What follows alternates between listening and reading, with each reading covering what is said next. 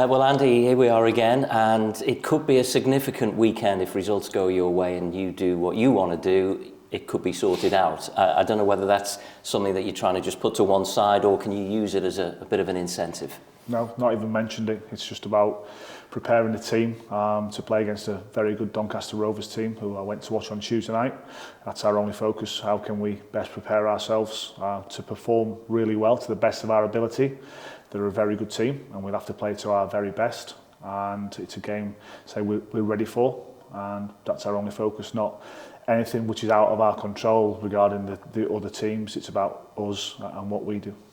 Now, as a manager, what was the thought at the final whistle last week, and maybe an hour or so afterwards, because you had the first half to think about and then that incredible second half? Emotionally after the game, it was draining. I've got to say that the immediate period after the game, you've obviously gone through a lot of emotions.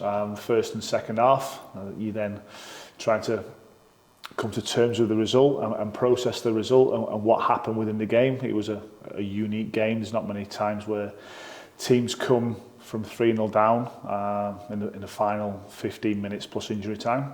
So that's the second half response is credit to the players, but we have to learn massive lessons about the first 45 minutes at Accrington as well. I don't know what you said at half time, but have you thought of having it transcribed and maybe piped through before every game? No, I'm not going to repeat what I said at half time. Well, it does say a lot about the resilience and the character of your players, though, because sometimes you learn a lot about players when their backs are against the wall. Yeah, definitely. So they're the ones who deserve the credit, because it's not an easy situation, being 3-0 down, and the way the game had gone, the way we performed in the first half was really poor. So yeah, we obviously spoke at half time about the things that we need to do much better in the second half, and we managed to do that. We managed to get ourselves into the game without scoring early, which we obviously wanted to do.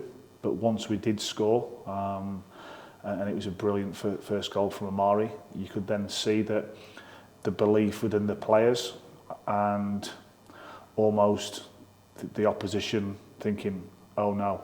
So we grew from that first goal, then a brilliant second goal from Christian. And we had the momentum within the game, which they had all in the first half. We had it in the second. And what had happened throughout the 90 minutes in terms of the game being slowed down and managed, we then took advantage of that in the period of injury time. And again, another brilliant finish from 𝗦𝗧𝗧𝗏, and it was definitely the proverbial game of two halves. Well, this week then, a different test on paper at least when you look at the league table, but it just feels like every game has its problems and has, the opposition have their strengths, and there doesn't appear to be too much between anyone at the moment. Yeah, listen, everyone's got their own way of playing and different strengths and weaknesses, as you just alluded to. Accrington one week and Doncaster Rovers the next week, two different teams with different strengths and different weaknesses. As I say, I saw them play on Tuesday night at Salford. They are where they are in the league because they've been consistent, because they've got good players. They've got a way of playing, not a set formation, but a way of playing, which is very effective for them. And so we're going to have to expect that Doncaster are going to be playing at their best, and we're going to have to be able to match that as well. Well, having seen them, and without giving too much away, what have you got to do well in this game?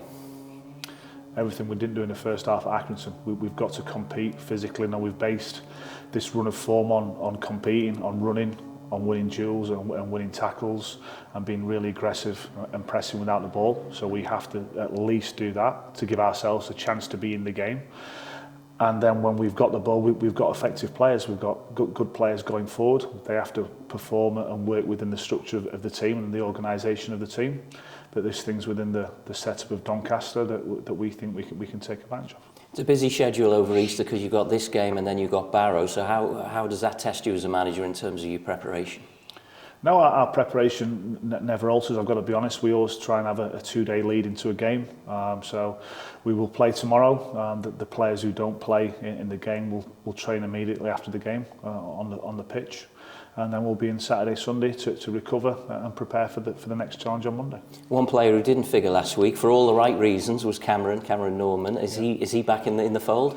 Yeah, he's been back in since Monday. So it was a brilliant weekend for him to become a dad for the first time. It was an amazing experience, and it's one that he had to be there for. No, you can't take that away. Obviously, we know our situation, but the most important thing on Saturday for Cam was his wife and his newborn baby, and thankfully, his little girl arrived safely, and he came back in on Monday, and he was skipping around the place. He was on cloud nine, as you would expect, as he's going to be. So yeah, just delight for him and his wife. And is everybody else okay, first of all, for the Doncaster game? And in your mind, you have to think about the fact that the next game comes so soon that you have to sort of change things around? No, I say my focus is just on the Doncaster game. We don't know what's going to happen within the Doncaster game to affect the next one. So my focus and the focus of all the staff and all the players has just been on this one game, and we've prepared as we normally do. It's obviously a game on a different day of the week, so that's all to our schedule slightly. But no, we're prepared, we're ready, we know what Doncaster can do and what they're really good at. So it's up to us to try and stop that and implement a good game plan out of possession. But again, then to trust our attacking players to do their work. Good luck. Thank you. Thank you.